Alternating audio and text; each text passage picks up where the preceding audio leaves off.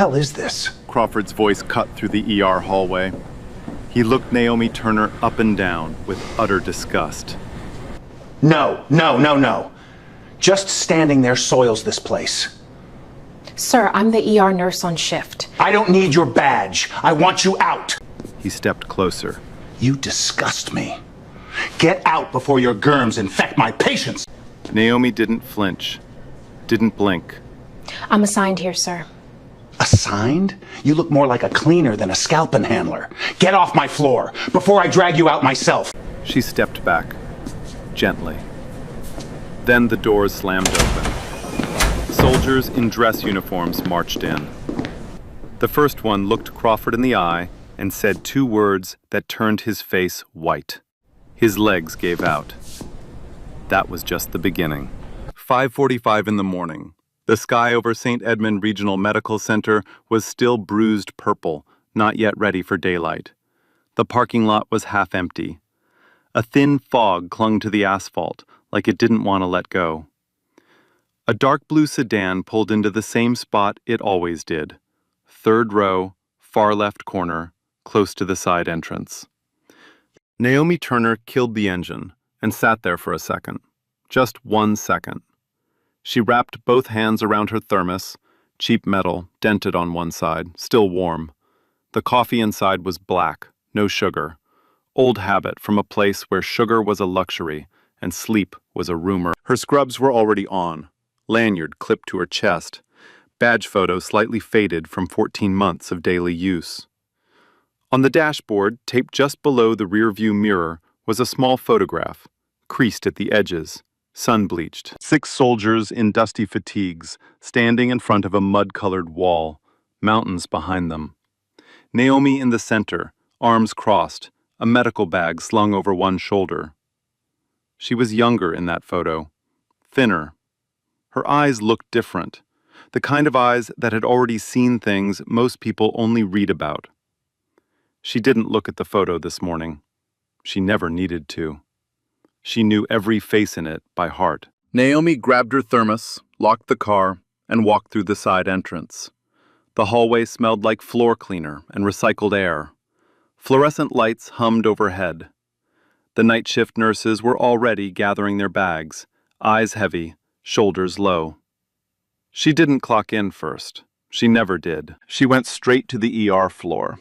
A child sat on a gurney with a broken wrist, whimpering. His father paced beside him, voice rising, hands shaking. A new nurse stood frozen, clipboard in hand, unsure what to do first. Naomi set down her thermos. She crouched to the child's level, smiled, spoke softly, just loud enough for the boy to hear, not the panic around him. "Hey, I'm Naomi. I'm going to take care of you.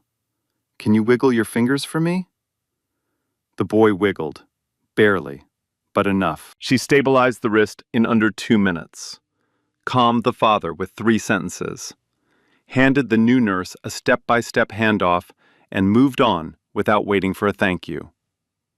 Down the hall, Dr. Helen Sawyer was mid-stitch on a deep laceration, blood on her gloves, sweat on her forehead.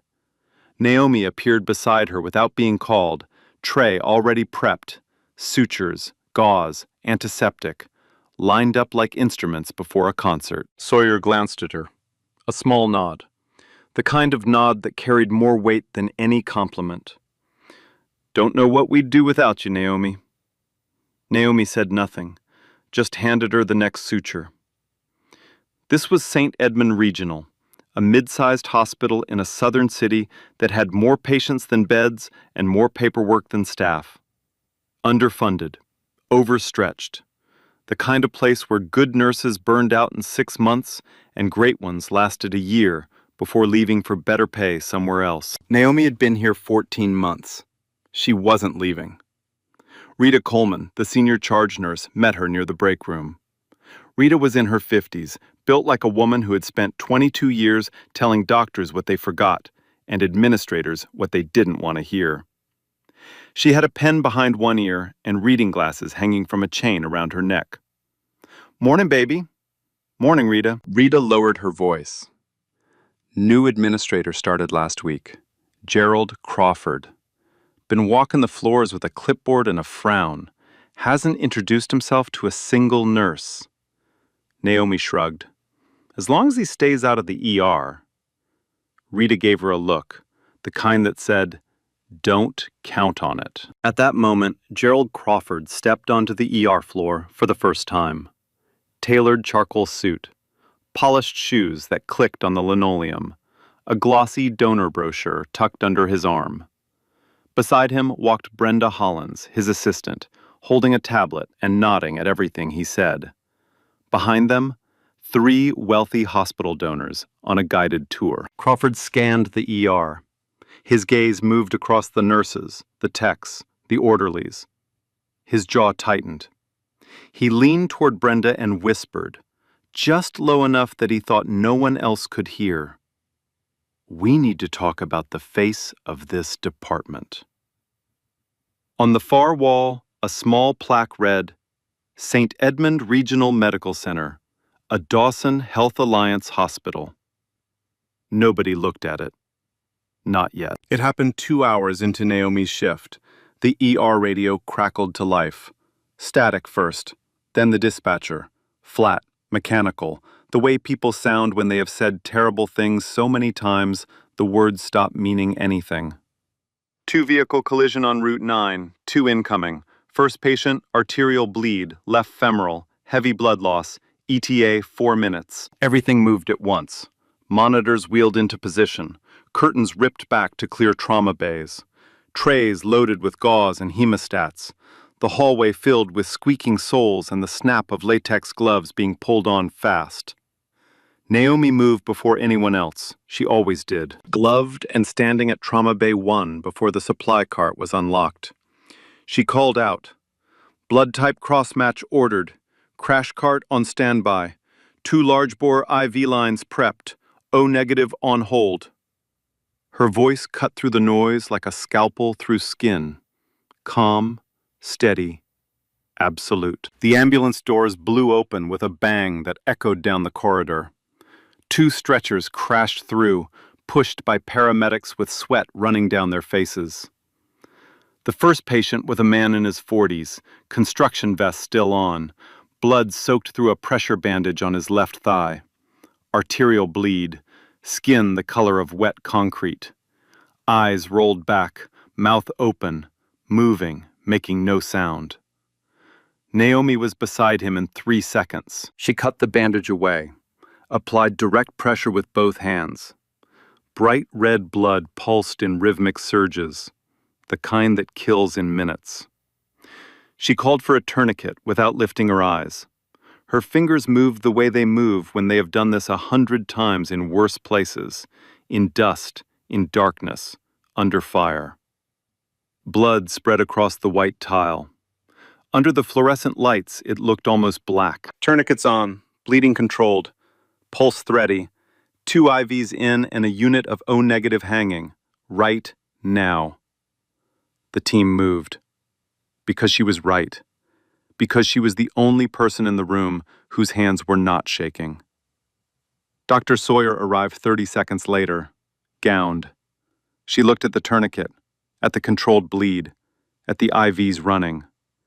She gave Naomi that nod, the quiet one that said more than a standing ovation. That is when Gerald Crawford walked in. No gloves, no gown, charcoal suit. Donor brochure in one hand, phone in the other. 3 donors stood behind the glass, watching like they had bought tickets to a show. Crawford looked at the blood, then at Naomi, hands red past the wrists, sweat on her forehead, jaw locked. "Step back." Naomi did not move. "I said step back. Let someone qualified handle this." "I am the senior ER nurse on this shift, sir." Crawford tilted his head to the side and looked at her the way someone looks at a stain on an expensive shirt. His lip curled upward. "You? The most senior nurse?" A short, ugly laugh came out of him. Not a real laugh, a weapon shaped like one. "I find that extremely hard to believe. Step aside. Right now. before I have security drag you out of here. Dr. Sawyer moved between them, ice and stone. She is my nurse. She stays. You are not gowned, not gloved, and contaminating my sterile field. Get out. Crawford's eyes moved from Sawyer to Naomi to the donors. His neck muscles went tight. He straightened his tie and walked out. The look he left behind, aimed at Naomi, held long enough to burn, was not anger. It was a promise. The patient survived. Surgery went clean. After everything, Naomi mopped the blood off the floor herself, stripped her gloves, dropped them in the biohazard bin without a word. Rita found her in the break room 20 minutes later, alone, thermos in both hands, eyes on a blank wall. You okay, baby? Fine. Look at me, Naomi. I'm fine, Rita. She was not fine, but she had been pretending for years. The next morning, Crawford struck, 5:45. Same scrubs, same thermos. But Brenda Hollins was planted at the ER door like a checkpoint. Tablet against her chest, a printed memo held out. Face empty, rehearsed, no eye contact. Ms. Turner, effective immediately, you are reassigned from the emergency department, pending competency review. Report to records management, sublevel 1. Naomi read the paper. Once, twice. Temporarily reassigned. Competency review. Sublevel 1. The basement. No windows. No patients. No medicine. Filing cabinets and dust and silence that pressed against your skull. Who authorized this? Mr. Crawford. On what grounds? Brenda's throat moved. Eyes darted sideways. It is all in the memo. She held it out like it burned.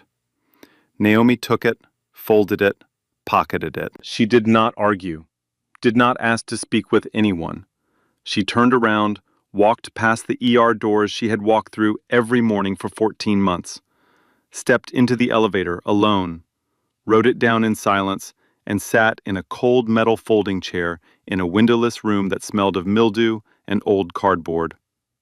Her hands shook in her lap. Not weakness, rage, held so deep inside her chest nobody would ever see it. Upstairs, the ER bled without her. The triage line stretched past the waiting room and into the hallway within an hour. Chairs ran out. People stood against the walls holding numbered tickets that nobody was calling. An elderly woman clutching her chest sat for 43 minutes before anyone looked at her. A junior nurse failed an IV stick twice and had to page another floor. A teenager with a dislocated shoulder sobbed in the waiting area while the intake whiteboard filled with names no nurse was assigned to. Dr. Sawyer noticed by noon. She pushed Crawford's door open without knocking. You pulled the best ER nurse in this hospital off my floor. Explain. Crawford sat behind his desk, legs crossed, gold pen rolling between his fingers. A framed photo behind him, himself with a state senator. Competency review. Standard procedure.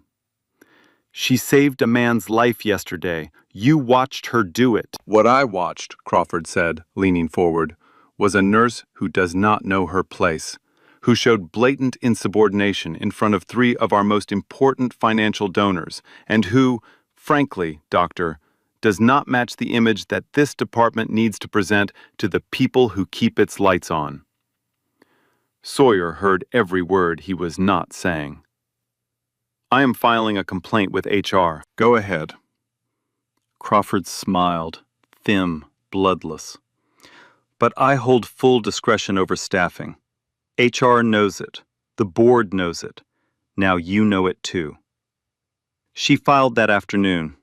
The HR director, new, nervous, still learning which fights to avoid, read it, nodded, and slid the file into a drawer labeled Noted, No Action Required. That evening, Rita walked into Crawford's office, 22 years behind her. She stood and looked him in the eye. Tell me the real reason you pulled Naomi off my floor. Crawford leaned back until the leather squeaked.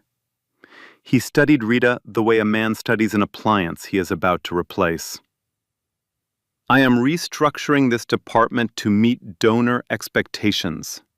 The people funding this hospital expect a certain caliber when they walk through those doors. A deliberate pause. If you have a problem with that, maybe your role here does not make sense anymore. Rita held his gaze for 3 seconds, then turned, walked out, closed the door softly. She went straight to her locker, pulled out a manila folder, no label. Inside were printed emails, memos, handwritten dates and names. She had started this file the day Crawford arrived. She sat on the bench, pulled a pen from behind her ear, and wrote down every word he had just said. From memory. Exact. Closed the folder, locked it away. In the basement, Naomi sat under a buzzing fluorescent tube that flickered every few seconds. A ceiling vent rattled above her in a rhythm that never found itself. She stared down the rows of gray filing cabinets, and her mind drifted 10,000 miles away. A rooftop in Kandahar. A night so black she could not see her own fingers. A soldier beside her, leg destroyed below the knee, bone showing through torn uniform, teeth cracking, while rounds slammed the wall inches above their heads. She held that leg together with her bare hands and a ripped strip of fabric, pulled him onto her back, over 200 pounds, and carried him 200 meters to extraction. With shrapnel in her own calf, blood filling her boot with every step. That soldier lived. He made it home to his family. She never told anyone at St. Edmund, not the Bronze Star, not the scar that throbbed when it rained. And now she sat here, in a windowless room, filing dead paper, because Gerald Crawford could not stand the sight of her face in his emergency room. The next 3 days were not about reviewing Naomi's competency. They were about breaking her. Crawford launched a formal investigation. He requested her full personnel file. He called her nursing school in Virginia and demanded official transcripts. He contacted the state licensing board and asked them to verify her credentials, her exam scores, her clinical hours, everything down to the last signature on the last form. He used official letterhead, so every inquiry looked institutional, not personal. Every single result came back clean. Perfect, actually. Naomi's board scores were in the 94th percentile. Her clinical evaluations were spotless. Her license was current with 0 disciplinary marks. Crawford did not care. He filed the results in his desk drawer and kept going. On Wednesday, he reassigned Naomi again. This time, she was pulled out of records management entirely and given a new task: transporting soiled linens from the ER to the laundry facility in the sub-basement. She was issued a gray smock over her scrubs and handed a rolling cart with a squeaky wheel. The woman who had controlled an arterial hemorrhage with her bare hands 4 days earlier was now pushing dirty sheets through the hallway, past the same trauma bay where she had saved a man's life. Crawford made sure she was visible. That was the entire point. He wanted the staff to see her. He wanted every nurse and orderly to understand what happens when someone does not fall in line. Naomi pushed the cart. She did not complain. She did not speak to anyone. She stopped eating lunch in the break room. She started eating alone in the stairwell between sublevel 1 and the ground floor, sitting on the concrete steps with a granola bar and a bottle of water, her back against the cold cinder block wall. Rita noticed. Of course she did. Rita had been watching Crawford like a hawk since his very first week, and what she saw was not a man doing his job. It was a pattern.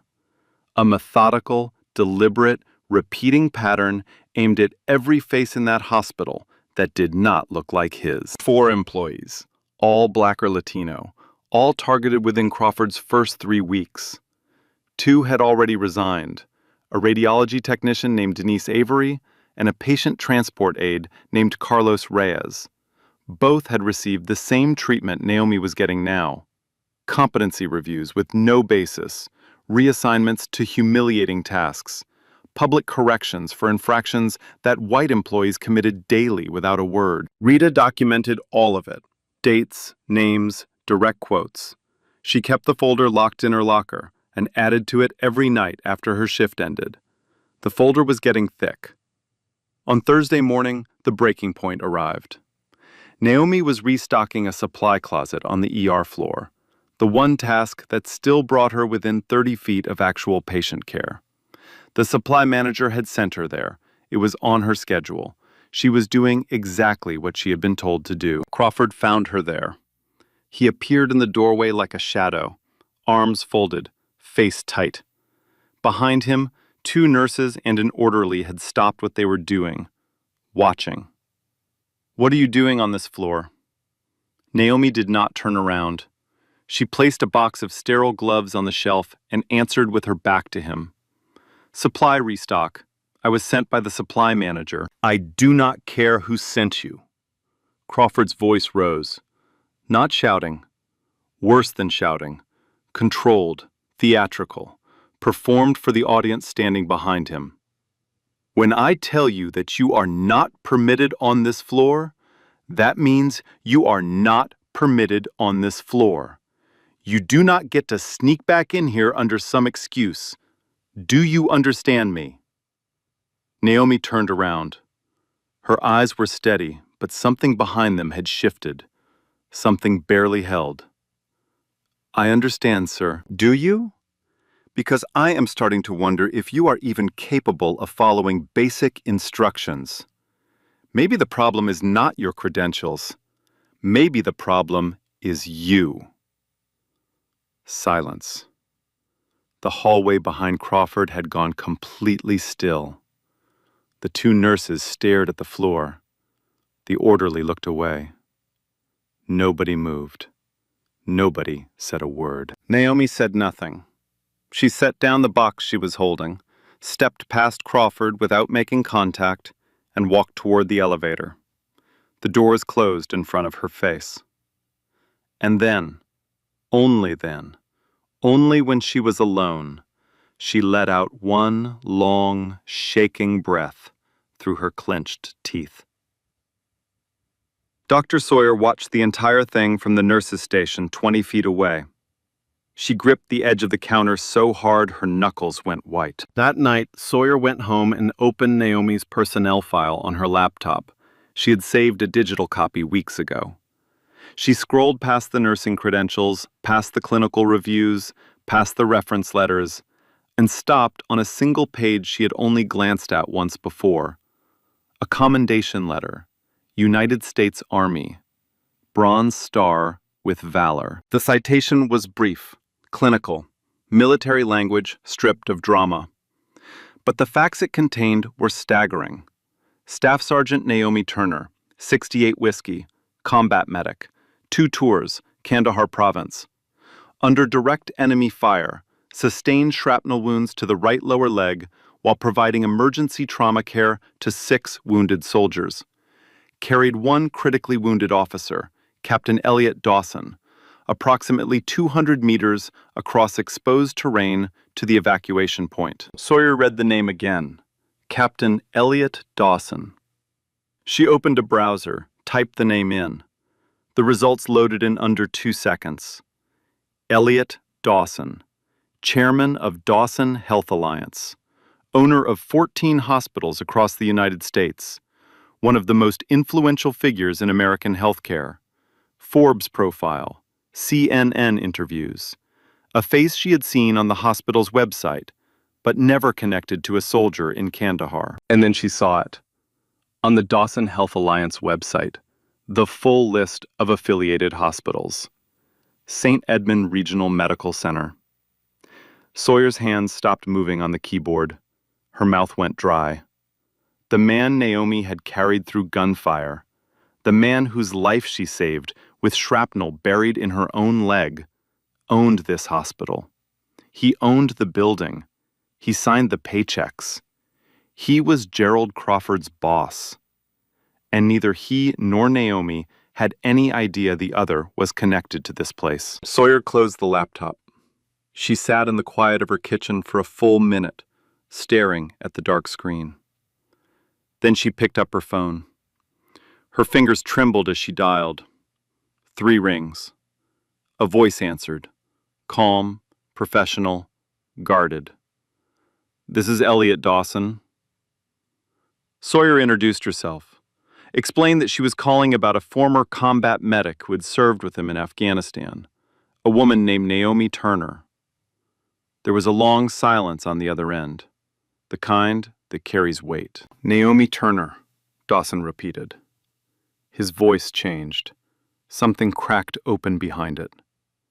"What about her? Is she all right?" Sawyer told him everything. The reassignment, the humiliation, the soiled linens, the supply closet, the termination meeting Crawford had scheduled for Friday morning. She told him the name of the hospital. The silence that followed was different, heavier, darker. "You said St. Edmund Regional." Dawson's voice had gone flat. "Dangerous." "Naomi Turner is working at my hospital, and I did not know." Sawyer's breath caught. "Your hospital?" "I own it. St. Edmund is part of Dawson Health Alliance. I built that entire system because of what happened to me in Kandahar." A long pause. "Because of what she did for me in Kandahar." When Dawson spoke again, his voice was not emotional. It was operational, military, the voice of a man who had already decided everything. "I am activating my legal team tonight. I want a full internal audit on Gerald Crawford, every email, every memo, every personnel action he has taken, pulled and compiled within 24 hours. I want that report on my desk before I land." "Before you land?" "I am coming to St. Edmund, personally, and I am not coming alone." He paused. "Do not tell Crawford. Do not tell anyone. I want to see exactly what this man has built inside my hospital with my name on the wall." Dawson hung up. Sawyer sat in her kitchen holding a dead phone, staring at the wall. Within the hour, Dawson made 6 more calls. Sergeant Luis Vega picked up on the first ring. 3 other members of the Kandahar squad confirmed within minutes. All of them in. All of them coming. Back at St. Edmund, Crawford was in his office, composing a formal termination recommendation for the board. The document was 3 pages. It cited insubordination, failure to meet competency standards, and conduct unbecoming of a medical professional. He printed it, signed it with his gold pen, and placed it in a crisp folder for the board meeting at 9 o'clock Friday morning. He leaned back in his chair, laced his fingers behind his head, and smiled. A satisfied, final smile. On Friday, Naomi Turner would be erased from his hospital for good. He was absolutely certain of that. Friday morning, 8:41. Naomi sat in the basement under the same flickering fluorescent light, same cold chair, same gray filing cabinets. But today there was a piece of paper on the table in front of her that she had not been given by anyone. She had written it herself. A resignation letter. 2 paragraphs, polite, no emotion. She would rather walk out on her own feet than be dragged out on someone else's terms. She folded it and waited for 9 o'clock. Upstairs, Gerald Crawford arrived at 8:45, suit pressed, tie straight, folder in hand. The termination documents, 3 pages, signed and ready. He walked through the lobby like a man who had already won. Checked his watch. 15 minutes. At 8:52, 3 black SUVs pulled into the hospital parking lot. They pulled directly to the front entrance. Engines cut. Doors opened in unison. From the lead vehicle stepped Elliot Dawson, 3-piece charcoal suit. Beside him, the chief legal counsel of Dawson Health Alliance, carrying a leather portfolio. From the other vehicles, Sergeant Luis Vega, then 6 more, all in Army dress uniforms, dark blue jackets, gold buttons, medals across their chests, back straight, faces stone. Dawson walked through the front doors of St. Edmund Regional, his hospital, his name on the wall. The lobby went silent. The receptionist stopped typing. A patient in a wheelchair turned. 2 nurses froze mid-step. The security guard stood slowly, unsure what he was seeing. Dawson walked straight to the reception counter. His voice was calm, clear, the kind of voice that does not need volume to fill a room. "I am here for Naomi Turner." The receptionist blinked. Let me check which department she is. Sublevel 1, Records Management. Call her up. The receptionist reached for the phone, but before she could dial, footsteps came from the east hallway. Fast, sharp, the click of expensive shoes on polished tile. Gerald Crawford appeared around the corner. His eyes swept the lobby. SUVs through the glass, soldiers in formation, a man in a suit he did not recognize. Confusion hit first, then alarm. He straightened his jacket and walked toward Dawson, hand extended, smile already in place. "Good morning. I am Gerald Crawford, hospital administrator. This is quite an unexpected visit. Whatever this is, I would be happy to—" Dawson did not take his hand, did not look at it. He looked past it, directly into Crawford's eyes. "Bring Naomi Turner up here. Now." Crawford's smile cracked at the edges. His extended hand hung in the air for a beat too long before he pulled it back. "Sir, Miss Turner is currently under a competency review. I do not think this is the appropriate time to—" "I did not ask what you think." Dawson's voice did not rise. It dropped, lower, harder, like a door closing on something permanent. "I said bring her up, right now." Crawford opened his mouth, closed it, looked at the soldiers, looked at the legal counsel, looked at the receptionist who was already dialing sublevel 1. 3 minutes later, the elevator chimed. The doors opened. Naomi Turner stepped out into the lobby. Gray smock over her scrubs, lanyard around her neck. In her right hand, folded in half, her resignation letter. She took 2 steps into the lobby and stopped. She saw the uniforms first, the dark blue jackets and the gold buttons. Then she saw Vega, older now, thicker in the shoulders, but the same face she had last seen covered in dust and blood on a rooftop in Kandahar. Then she saw Dawson. Her lips parted. No sound came out. Her hand tightened on the folded letter until the paper crumpled. Dawson stepped forward. He straightened his spine, locked his heels together, and raised his right hand to his brow in a slow, precise military salute. Behind him, Vega snapped to attention and saluted. Then the next soldier, and the next, and the next.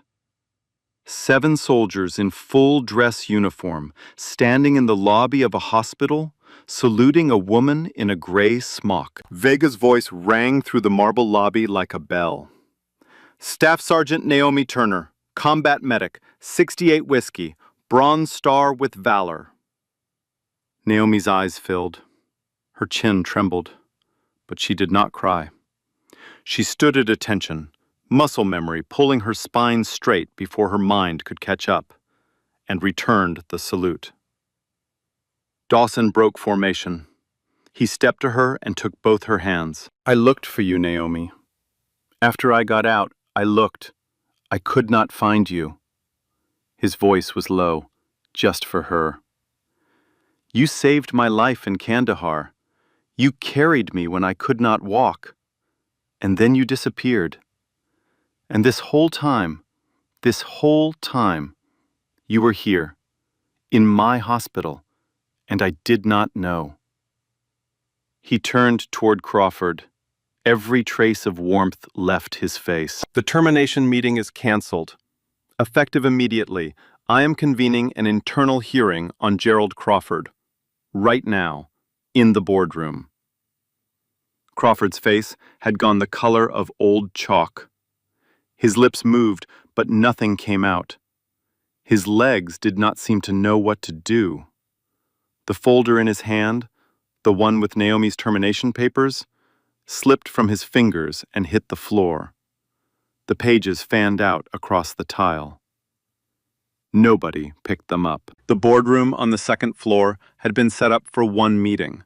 It was about to host a very different one. Elliot Dawson sat at the head of the table, his legal counsel to his right. 5 board members sat in stunned silence along both sides, still processing what they had witnessed in the lobby downstairs. Crawford sat at the far end, his hands flat on the table, not steady. Dawson opened a leather folder. Inside was the report his legal team had compiled overnight. Every email, every memo, every personnel action Crawford had signed. In the past 22 days, Dawson began, his voice measured and flat. This man has initiated disciplinary action against 4 employees. Every single one of them was Black or Latino. 2 were forced to resign. A third was reassigned to janitorial duties, despite having no performance complaints, no disciplinary history, and credentials that exceed those of any other nurse in this building. He laid the printed emails on the table, one by one, slowly, like dealing cards. These are internal emails sent by Mr. Crawford to his assistant, Brenda Hollins. I will read from them directly. Dawson picked up the first page. We need to rebalance the floor. The ER does not reflect the caliber our donors expect. I want a different look by the end of the quarter. The room was silent. One board member closed her eyes. Then the door opened. Rita Coleman walked in. She had not been invited. She did not wait to be. She placed a manila folder on the table in front of Dawson. No label. Thick with documents. I have been keeping records since his first day, Rita said. Dates, names, direct quotes. Every employee he targeted. Every conversation I witnessed. She looked at Crawford. Every word. Dawson opened Rita's folder. He compared it to his legal team's report. Page by page. The dates matched. The names matched. The quotes matched. 2 independent sources, one from the inside, one from the outside, telling the exact same story. Crawford watched his own words being read back to him from 2 separate documents. His face shifted from pale to gray. This is being taken out of context, he said. His voice had lost its authority. It came out thin, pressed. I was restructuring the department, aligning it with corporate standards. Everything I did was within my administrative discretion. Your administrative discretion, Dawson repeated the words slowly. He let them hang in the air. Then he leaned forward. I wrote those standards, Mr. Crawford. I built this system. I created the corporate framework you are citing as your defense. His voice dropped to something quiet and final. And there is not a single line, not one sentence, not one word in any document I have ever written that says the color of a person's skin is a measure of their professional caliber. Crawford's mouth opened.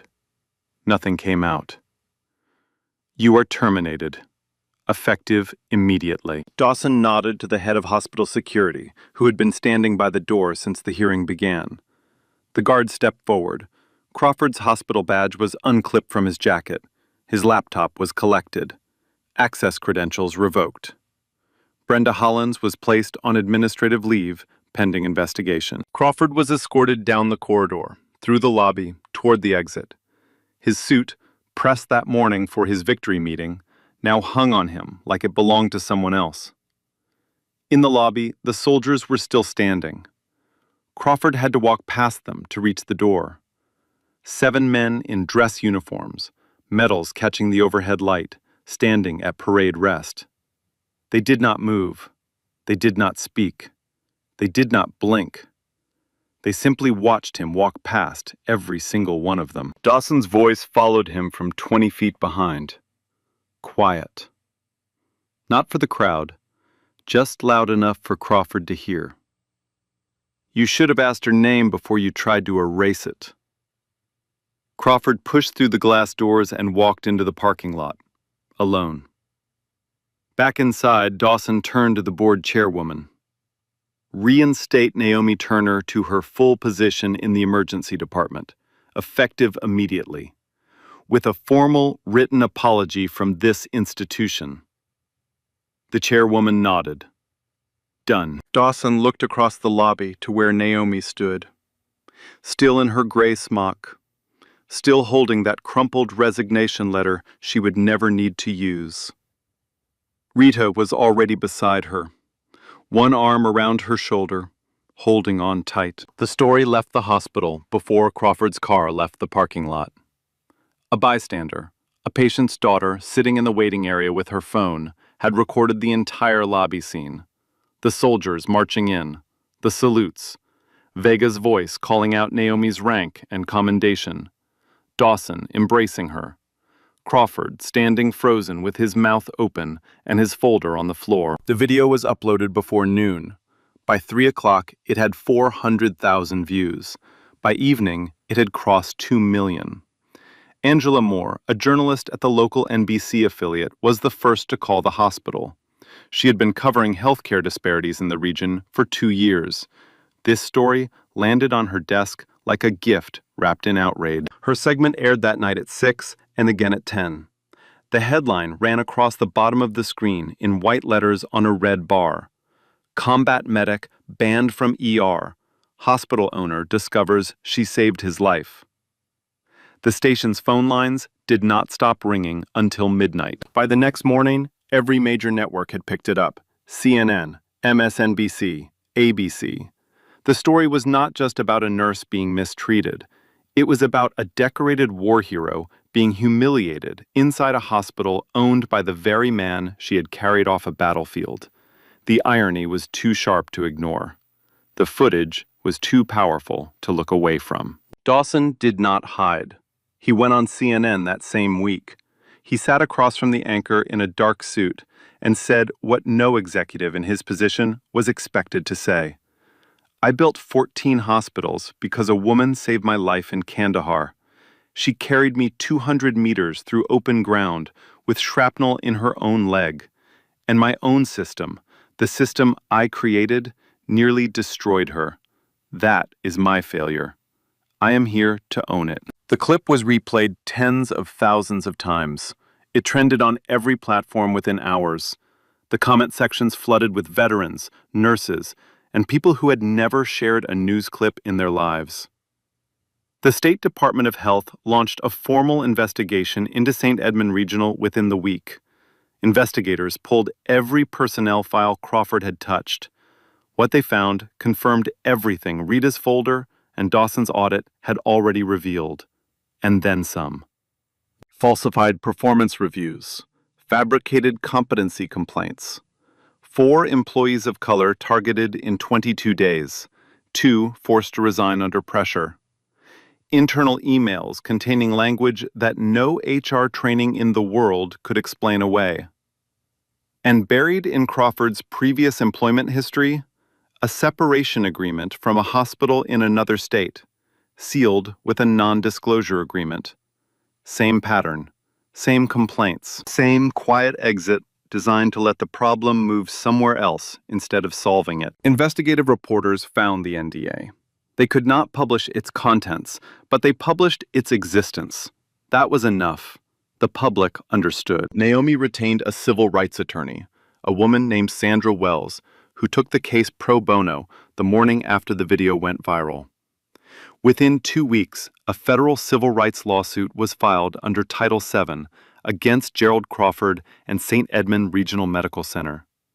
Rita Coleman joined as a co-plaintiff. So did Denise Avery and Carlos Reyes, the two employees Crawford had already forced out. The trial took place 4 months later in a federal courthouse downtown. The gallery was full every day. Veterans sat in the front row, wearing unit patches and service caps. Reporters filled the back. Crawford took the stand on the third day. He wore a navy suit and a red tie, an attempt to look composed and patriotic. His attorney had coached him for hours. Stay calm, stay corporate, deny intent, do not lose your temper. It lasted 12 minutes before the plaintiff's counsel broke through. She read his own emails back to him, one by one. The same emails Dawson had laid on the boardroom table, but now entered into federal record, projected on a screen for the jury to read along. We need to rebalance the floor. The ER does not reflect the caliber our donors expect. I want a different look by the end of the quarter. What did you mean by a different look, Mr. Crawford? Crawford shifted in his seat. I was referring to professional appearance, uniforms, presentation. 4 employees, all people of color, all disciplined or removed within 3 weeks. And you are telling this jury that a different look referred to uniforms? Crawford did not answer. His mouth moved slightly, but no words formed. The jury watched him. They did not need him to speak. His silence said everything. Expert witnesses testified on patterns of systemic discrimination in healthcare administration. Statistical analysis showed that Crawford's disciplinary actions at St. Edmund were 11 times more likely to target non-white employees than white ones. 11 times. The jury deliberated for less than 5 hours. They returned a unanimous verdict in favor of the plaintiffs on all counts. Crawford was ordered to pay significant damages. The hospital reached a separate settlement that included systemic reforms, mandatory bias training across all departments, an independent oversight committee with community representation, a formal public apology issued by the board, and the establishment of an anonymous reporting hotline for staff. The state licensing board acted next. Crawford's hospital administrator license was permanently revoked. He was barred from working in healthcare administration in any capacity. His case was entered into the National Disciplinary Database, flagged so that no hospital, no clinic, no medical facility anywhere in the country could hire him without seeing exactly what he had done and exactly what it had cost. Dawson did not stop at St. Edmund. He ordered a full personnel audit across all 14 Dawson Health Alliance hospitals. Every staffing decision from the previous 2 years was reviewed. An independent oversight board was installed at the corporate level. A new policy required that any employee reassignment or termination be reviewed by a panel before taking effect. Never again by a single administrator acting alone. He established the Naomi Turner Scholarship Fund, a national program providing tuition and mentorship for military veterans transitioning into healthcare careers. The fund launched with an initial endowment large enough to support 40 scholarships in its first year. At a press conference announcing the fund, a reporter asked Dawson why he named it after Naomi. He paused, looked at the microphone, then looked past it. Because she never asked for any of this. She never wanted recognition. She just wanted to help people. And that is exactly the kind of person we need more of. 6 months later, the ER at St. Edmund Regional looked different. Not because of the walls, or the equipment, or the fluorescent lights that still buzzed overhead. It looked different because of what was no longer missing. Naomi Turner was back on the floor, full-time, promoted to assistant nurse manager, a title she never asked for, but everyone agreed she had earned 10 times over. On the nurse's station counter, tucked between the monitor and the hand sanitizer dispenser, there was a small framed photograph. 6 soldiers in dusty fatigues standing in front of a mud-colored wall, mountains behind them.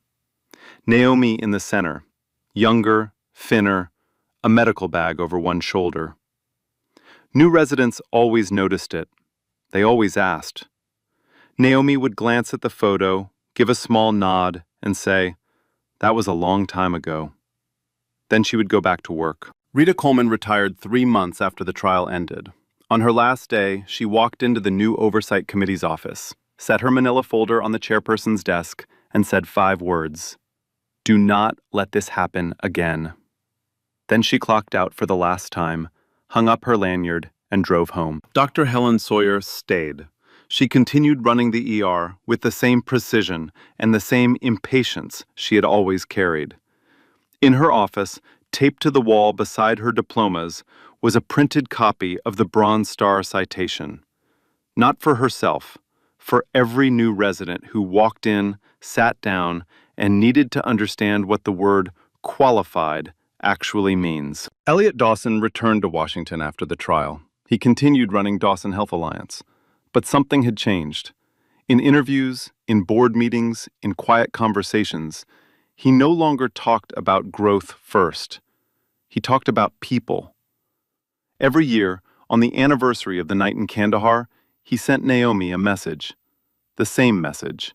4 words. "Still breathing because of you." Naomi never replied with more than 2. "Always will." Before he left St. Edmund that Friday, Dawson had offered Naomi a position, director of a new national training program for veterans entering healthcare. Corner office, 6-figure salary, her name on the door. Naomi turned it down. "I do not need a corner office," she said. "I need to save people. That is what I know how to do. That is where I belong." Dawson smiled, a real one, the kind that reaches the eyes. "That is exactly why you are better than me." Gerald Crawford disappeared from public life. No interviews, no public statements, no social media presence. Last anyone heard, he was working at a private insurance consulting firm 3 states away, far from any hospital, any patient, any nurse's station. Nobody asked about him. Nobody needed to. On a Tuesday evening, 8 months after the soldiers walked through those lobby doors, Naomi finished a 12-hour shift. She peeled off her gloves, washed her hands, hung up her stethoscope, grabbed her thermos, same one, still dented, and walked through the side exit into the parking lot. She stopped beside her car, turned around, looked back at the hospital. The ER lights glowed amber through the second-floor windows. Inside, monitors beeped. Nurses moved between curtains. Someone, somewhere, was being helped by someone who cared enough to show up. Naomi exhaled, long and slow. Then she got in her car and drove home. If this story hits you, drop a comment. Tell me, have you ever watched someone's worth be dismissed because of the way they looked? Have you ever been that person? If you know a nurse, a veteran, or anyone who has spent their life fighting to be seen, share this with them. They need to hear it. Like, subscribe, hit that bell. Because stories like this need to be told, and I am not stopping. Your uniform does not define your worth, but the people who show up when it matters, they define everything. Listen, some people save lives and never tell anyone.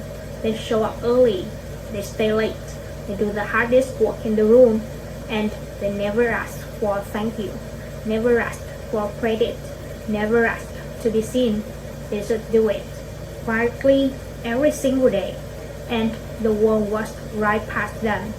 Worst, sometimes the world looks right at them and decide they are nothing because of the uniform, because of the job title, because of what's on the outside instead of what's on the inside. But let me tell you something. The person you just met, the one you think doesn't matter, you have no idea what they've done, what they've survived, what they've carried, what they've sacrificed so that someone else could keep breathing.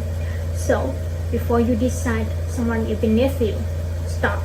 You don't know their story. You don't know their scars. You don't know what they're capable of. And by the time you find out, it might be too late to take back what you've said. Like, share and subscribe real stories, real justice every week. And remember, your uniform doesn't define your worth, but how you treat the person wearing one defines yours.